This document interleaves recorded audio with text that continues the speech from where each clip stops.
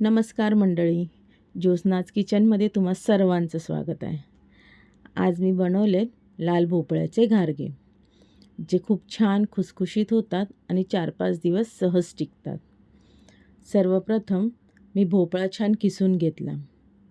तो एका कढईमध्ये ट्रान्सफर करून त्यामध्ये 1 वाटी गूळ घातला. गूळ हा अंदाजेच घातलेला आहे. ज्यांना जास्त गोड पाहिजे त्यांनी जास्त घालावा, ज्यांना कमी गोड पाहिजे त्यांनी कमी. नंतर त्यात मीठ ॲड करा. शिजू दिलं. ते छान एकजीव झालं, शिजलं की त्यामध्ये वेलची पूड घातली. नंतर ते सगळं मिश्रण एका परातीत काढून घेतलं.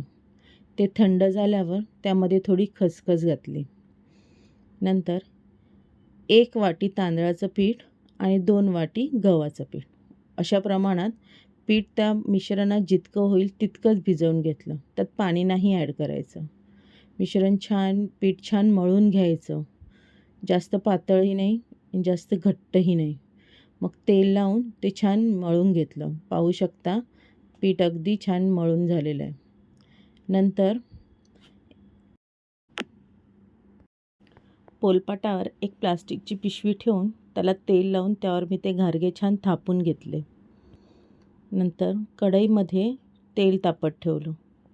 तेल छान तापलं की त्यात ते घारगे सोडायचे. घारगे छान टम्म फुगून वर येतात. खूप छान होतात. आपण ते भाजीसोबत सुद्धा खाऊ शकतो, असे सुद्धा खाऊ शकतो.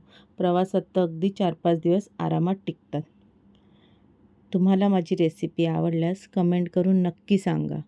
माझं चॅनलला सबस्क्राईब करा, लाईक करा, शेअर करा आणि तुमचा सपोर्ट असंच माझ्या पाठीशी ठेवा.